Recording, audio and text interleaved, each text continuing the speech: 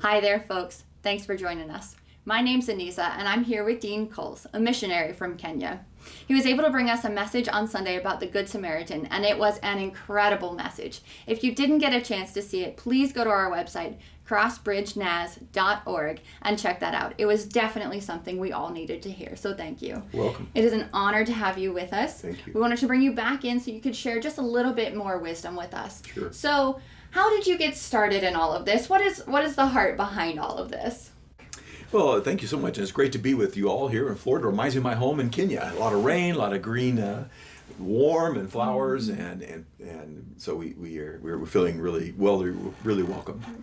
Well, my wife and I started out our urban ministry. She was in medical school and going on into a residency in obstetrics and gynecology. And so I was on staff at a little, actually a large church in Indianapolis called Westside Church of the Nazarene. And Reverend Warwick, our pastor, said, we do a lot for the poor here in the international arena, and we do a lot of missions, but we don't do anything for the poor right here in our own city of Indianapolis. And so I was the young guy on staff, and I raised my hand volunteering. That's what happens when you volunteer, folks. You changes your life. It literally did. And I had experience with urban ministry in New York City, working as an intern for Lamb's Church of the Nazarene right in Times Square when New York was really tough in the 1980s. And so I volunteered, and we found this little inner city church that was abandoned, and we went door to door knocking and said, Thanksgiving dinner coming up next Saturday, and 300 people showed up for that Thanksgiving dinner. And it was actually 35 years ago yesterday was our anniversary. So that was just amazing, and God just poured out His Spirit on that event. And after we were done, the lay people, not the pastoral staff, but the lay people said, "What's next, Pastor Dean, Pastor Warwick?" And we said, "That's it. We did our thing for Jesus. We did our nice little Thanksgiving meal. Aren't you all happy?" But it was the lay people of the church, which is significant that we say that, because those of you watching, you think sometimes it's just all the pastors. No. It was the lay people who said, "We can't do just a Thanksgiving dinner. Let's do a Christmas celebration in a month and bring toys for all these kids that we saw in the neighborhood." So sure enough, a month later, we brought a lot of toys, and 500 people showed up for that first Christmas party. So with that, God just played on our heart. This is a mission field right here in our own city. And sometimes we forget about that. We have a mission field, yes, across the seas, but right here in our own communities we do as well. So we started that ministry in 1985, and it's been going on for 35 years. I was there just last week and celebrating this event. So that's how we started ministry, and then missions became on our heart after that. So I thought I would just read from Matthew to get us started, because Jesus has a call to the cities, a call to communicate the gospel, a call to compassion, and a call to commission workers into the field. So in Matthew's gospel, chapter 9, verse 35, Jesus went through all the towns and the cities and the villages, teaching them in the synagogues, proclaiming the good news of the kingdom, and healing every disease and sickness. And when he saw the multitudes, when he saw the crowds, he was moved with compassion on them, because they were like sheep without a shepherd. Then he said to his disciples, "The harvest is plentiful, but the workers are few. Ask the Lord of the harvest to send out workers into the harvest field." So our call for my wife and I have been fourfold: call to the cities, call to communicate, and call to compassion. My wife's gift, of course, medicine, to heal, and then call to commission others to join us in this wonderful ministry. So our call to the cities, as I said just a minute ago, kind of came kind of as a God thing, and volunteering at this staff meeting to do this big Thanksgiving dinner. And so we were excited, and we thought, this is exciting. So it's called to the cities, because that's where the people are. Jesus was always going around the villages and the cities, and we feel called to that, whether it's rural Africa, or whether it's Florida, or whether it's downtown Indianapolis, or New York, Chicago.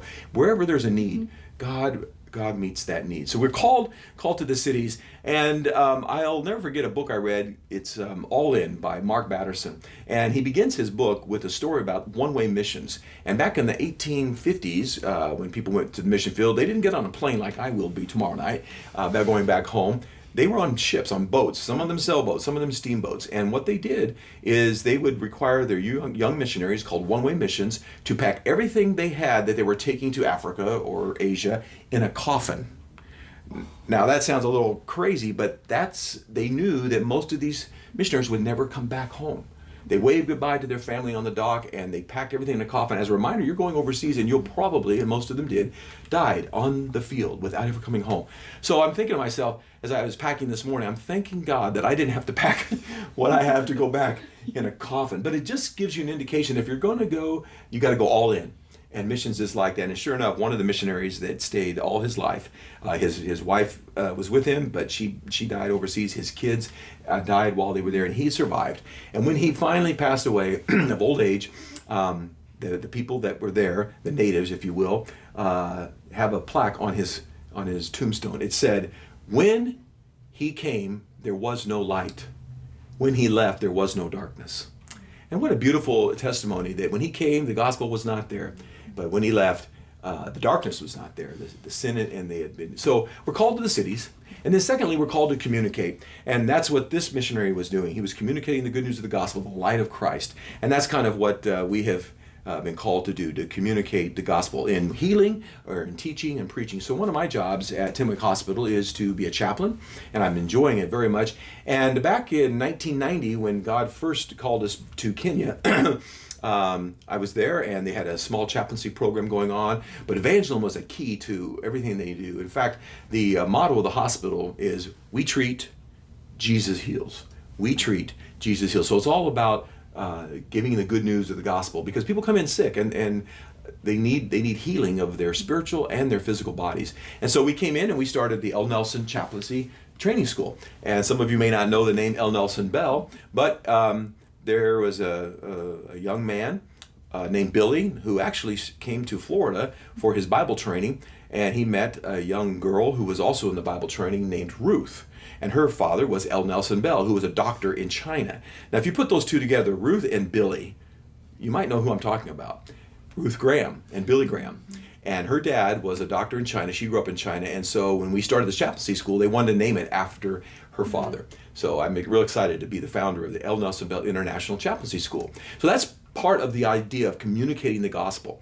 And so we did that. We started that chaplaincy school, and over the years, thousands of Kenyans have been trained in chaplaincy, and chaplaincy for the hospital, schools, prisons, all of those kinds of things. So that was pretty neat, that what we were able to do there. So when we talked about calling to communicate the gospel, that's what we mean, communicating the good news of the gospel and training people. And of course, we pray with every patient when they come to the hospital. When my wife does surgery, she prays with each one, and it's really a wonderful place. So call to the cities and call to communicate the good news of the gospel.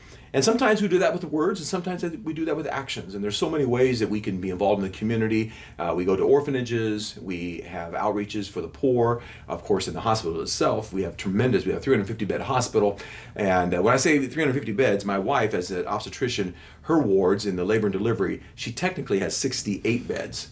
Okay. But she has 2 to 3 women per bed. I'm not kidding you. That's packed, because we have so many people come. We don't have enough beds, so they actually share a bed in labor. If you can imagine that, some of our audience would be amazed to have to do that if you've ever been a mom and delivered a child. So, but it's crowded, it's packed.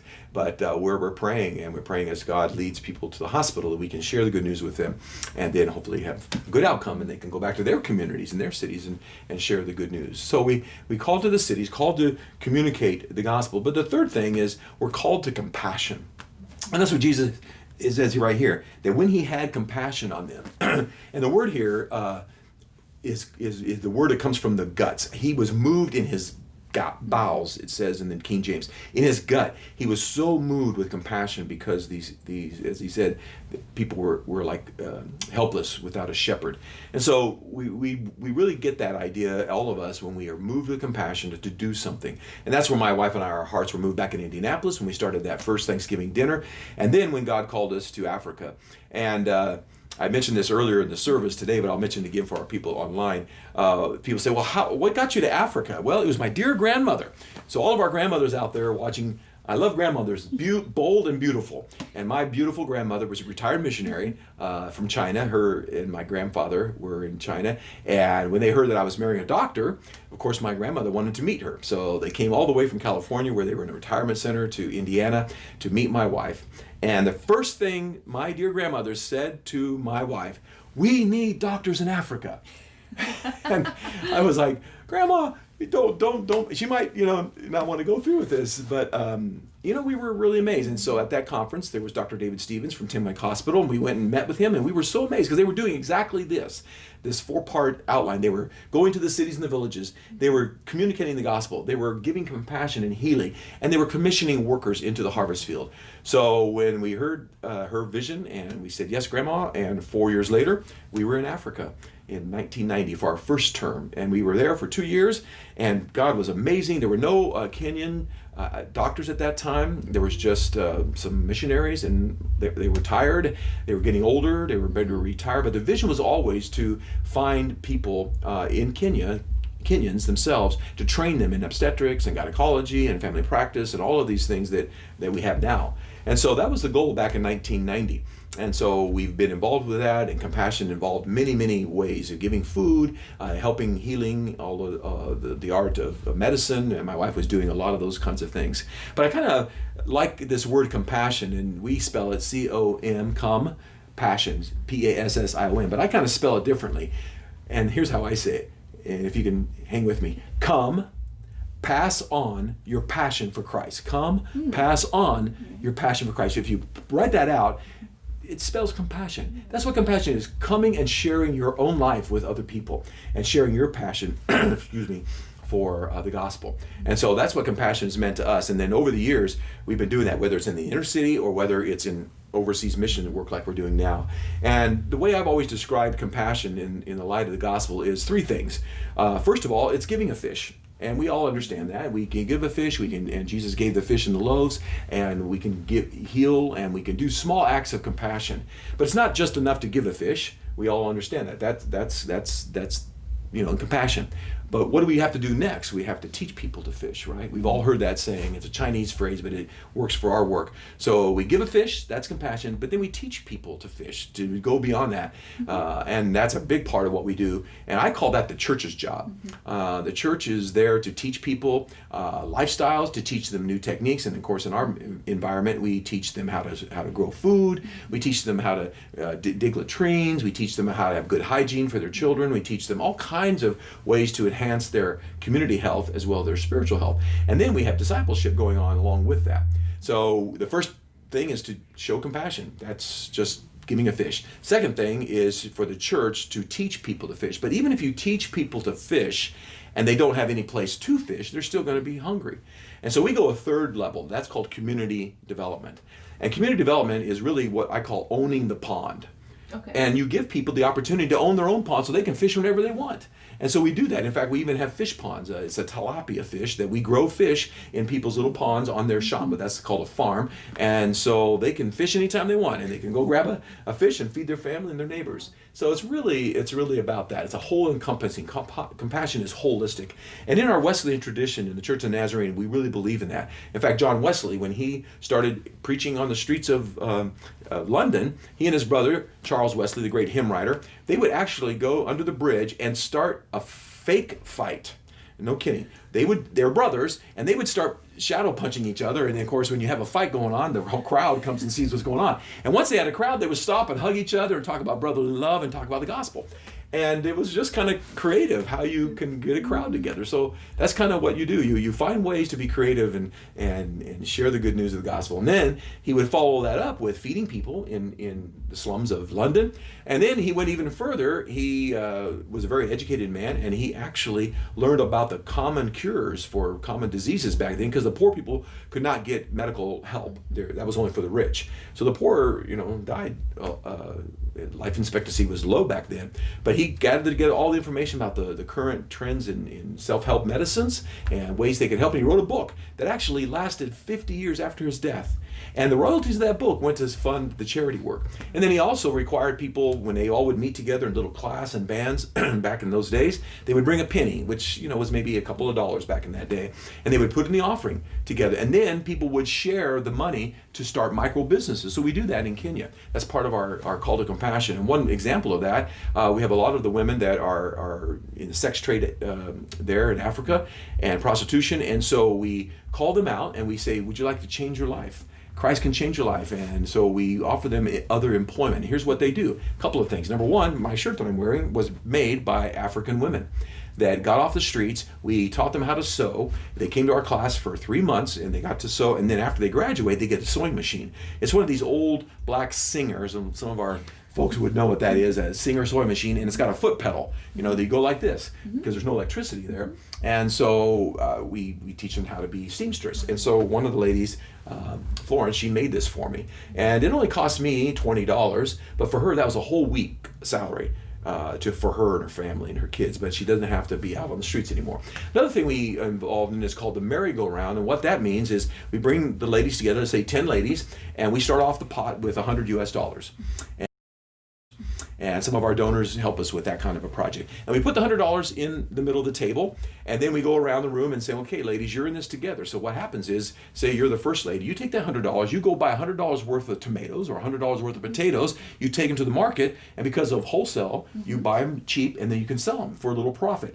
Then next week, you bring back the $150 that you made, you put the $100 in the pot, the one that you borrowed, it's kind of like a savings, then you take the $50 for you and your family. The next lady gets the $100. Does that make sense? And it goes around. It's a merry-go-round. So she takes that 100 and she goes and buys produce, and then she comes back the next week, and it just goes around. So it's been a really neat way of doing investment, and we call that community development. So they can own their own ponds, they can be businesswomen, and they can make a living that way.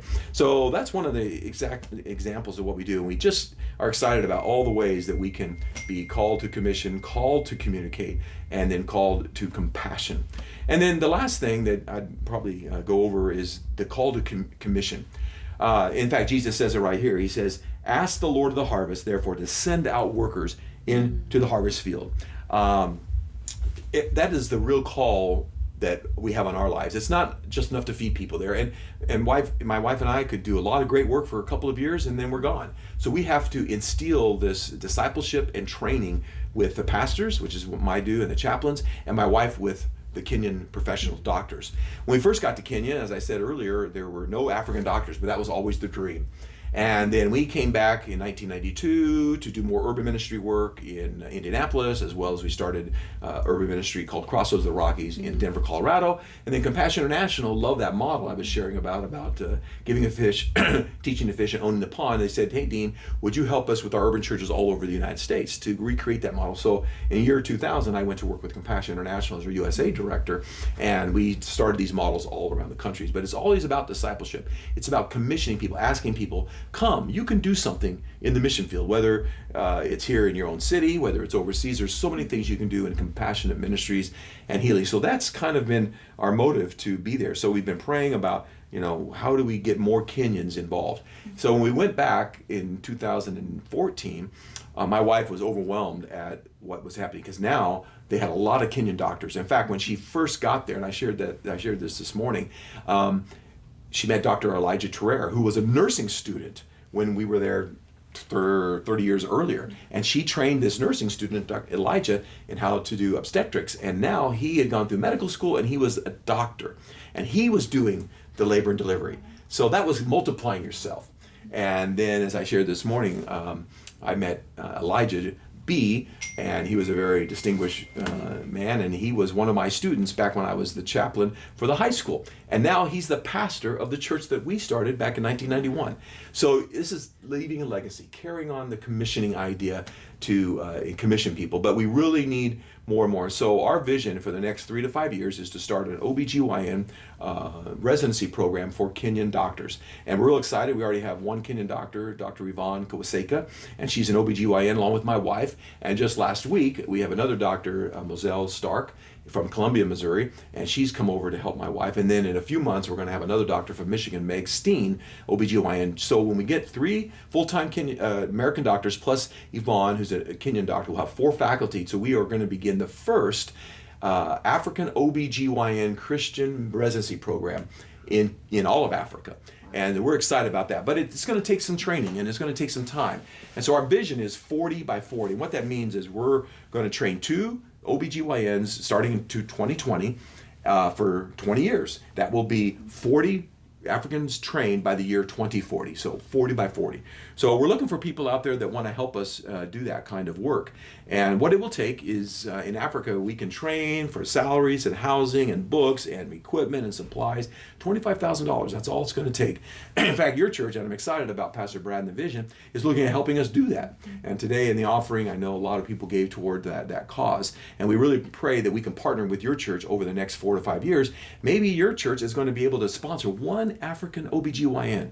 And that's amazing because, yes, you can help missionaries like us, but I'm 62. We can't do this for the next 30 years. In 20 years, 2040, my wife and I will be 82. We won't be there. We'll be in a wheelchair somewhere. Hope, maybe not. But our goal is to train all these Africans. And I'm excited the day comes in 2020 when we can go back to Africa. And there on the stage will be 40 African OBGYNs that my wife had us start in training, and maybe 40 chaplains that I'll have. So that's what we're going to do, reproduce ourselves, work ourselves out of a job is what it's all about. And that's what Jesus said. And he told the disciples, I'm not going to be with you very long. In fact, Jesus had a 3-year mission, right? Mm-hmm. And then he said, it's up to you guys now. And they were like, what? What do we do? Well, the Holy Spirit came upon them in the upper room in Acts chapter 2, and they were filled with the Holy Spirit. They were filled to go out into all the worlds, go into all the world and preach the good news of the gospel and heal every kind of disease. And that's how the church has been growing for over 2,000 years now. And it's exciting about what your church is doing here in Florida. You're doing that locally and all the ministries you got going on as well as globally. And so my wife and I, Cheryl, we want to thank you guys so much for helping us to commission more African doctors and pastors into the mission field. And that's really what it's all about, to share what we can do, give our little bit, and then carry it on into the rest of the world. So I want to just thank you guys for sharing this part with us in our ministry. And if you'd like to be more involved in helping a resident be sponsored, we have our own little website, www.wgm.org/COWLES /. So you can go on there and it tells more about the residency program, the chaplaincy program, and that would be a big help. So maybe some of you would like to come over, because we're also looking to send more missionaries. Mm-hmm. So some of our folks might be in medical school, or you might be in pastoral training, or you might be a teacher. We have a school there for kids, both Kenyan kids and missionary kids, and we have that kind of thing. We have businessmen that we need in our community development centers. I just could go on and on. It's not just the idea of a missionary is just a doctor or a pastor. It's all kinds of trades. We need engineers. We have an engineer coming to help us build a wastewater treatment plant that they just started excavating before I left a couple weeks ago. We're just construction people, architects. We're building a new maternity center for my wife, and she was just on the phone with some folks, some volunteer missionary engineers called EMI, Engineering Ministries International, and they're going to come and help us build a new hospital. But they're giving their gifts and talents that God has given them to be architects and engineers and construction people. So there's so many ways to serve if you just let your hand go up like I did that first Thanksgiving dinner back in 1985. And we, just said, Lord, we're willing. And if you're willing, if you're able and available, God will do the rest. So thanks so much for having me today. And it's been good to be with you in the church services this morning and to share with our friends. And hopefully God will call you to compassion, call you to the cities, call you to communicate the gospel, and commission you as a missionary, whether it's here in your own town or with us in Africa. So thanks so much. Wow, that is an amazing story. Thank you so much for that. That was definitely something that I needed to hear, and I'm sure everybody at home, at the office, no matter where you're joining us from, definitely something they needed too. So thank you for joining in. Thank you for being here again. Great to be with you guys. God bless you and all of the work that you're doing. Thank you.